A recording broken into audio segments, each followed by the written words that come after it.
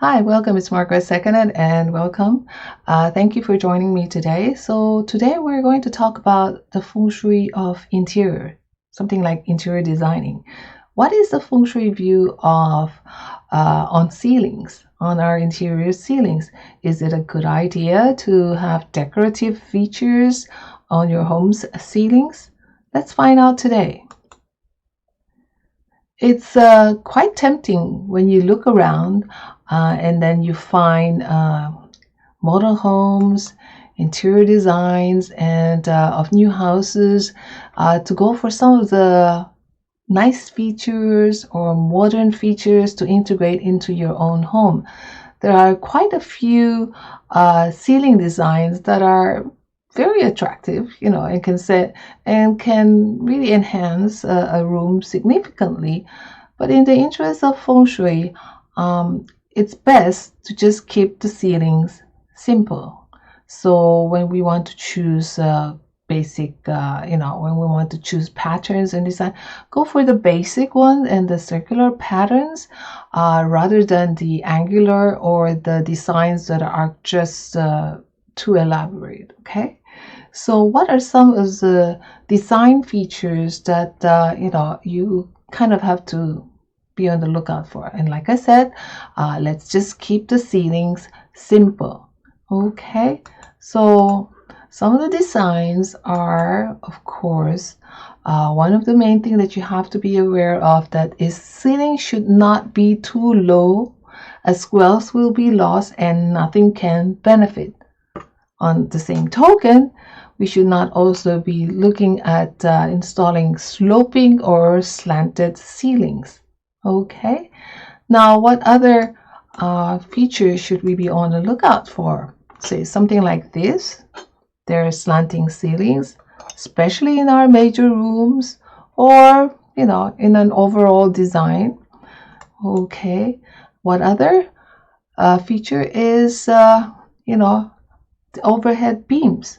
Sitting underneath beams can give you perpetual headaches. So even if it's a nice design, sometimes it's best to not just have them, especially if they're actually just overhead to where you're sitting, and studying, working, that type of thing. So watch out for this design feature in your important rooms, in your bedrooms as well, your kitchen.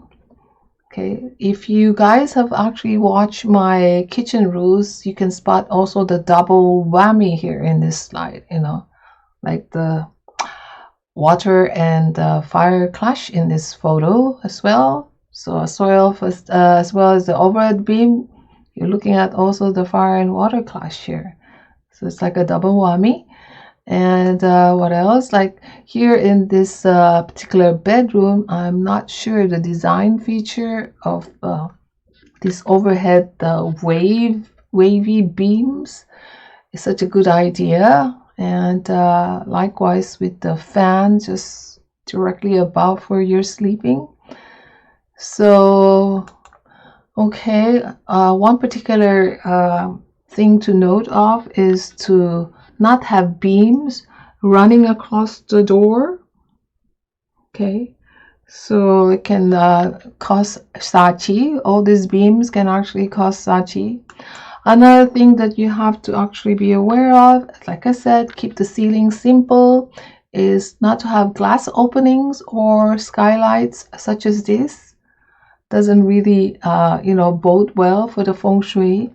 It's similar to having doors, main doors, be of solid construction as opposed to having main doors that's made of glass, or have glass doors as their main entrance.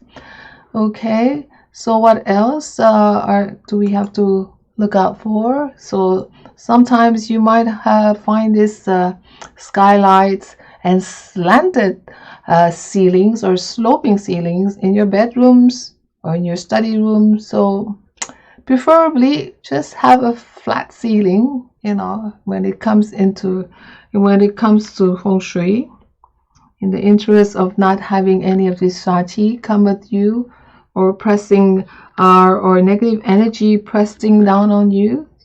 This structural feature are especially how do you call this, harmful. Okay, and what else?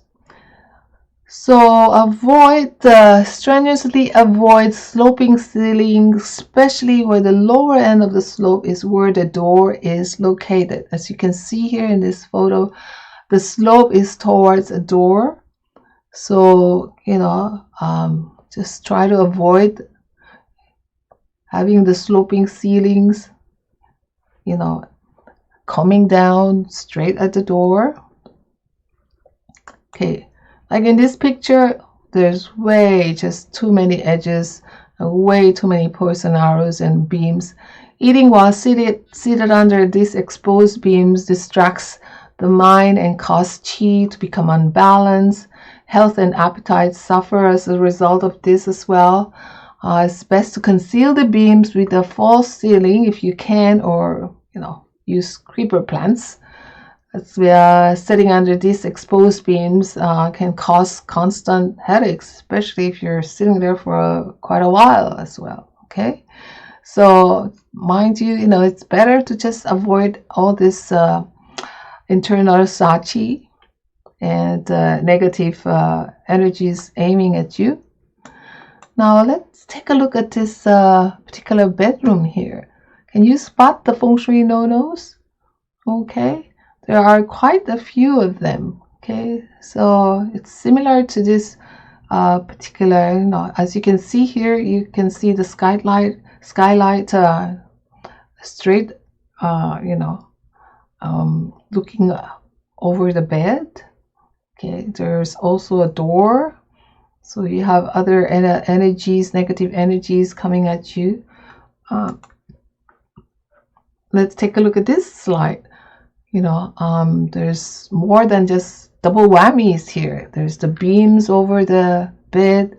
There's the slanted ceiling. If you're sitting in here, there's a little table. Like if your office is also in the same room, it also can affect, your work as well.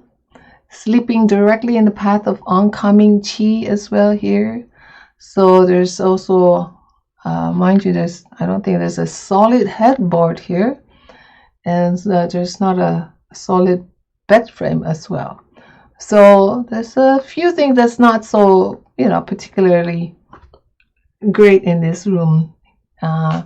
So best to just check out some of the features that you have that are in your bedroom as well, and in, of course, all your important rooms. Now, what about chandeliers? So chandeliers, of course, are fine. Just make sure that they are placed properly.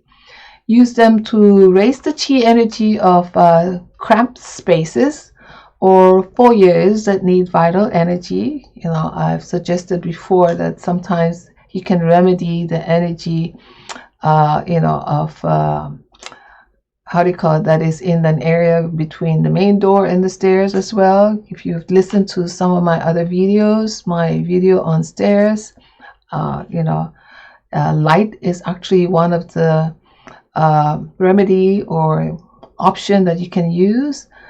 Okay, so chandeliers center above the dining table or the main entrance foyer are actually, a good idea. Okay, that actually can be used. And so again, the rule of thumb here is to keep it simple. Keep your ceiling simple. Make sure if you do have some beams there, or if you have some of the slanting ceilings or sloping ceilings, or that is actually overhead, make sure that no doors have a beam running across it, no beds have sloping beam ceilings, beams or whatever, no chairs or sofas are placed underneath the beams. Okay, so just make sure that some of this design feature, again, as I said earlier, if you want to have good feng shui, then just keep it simple. Go for the basic. Go for the circular rather than the angular and the too elaborate types of design features. You know, and when you do that, then at least you'll be mitigating some of the, or actually insulating yourself from having any of this negative chi inside your home.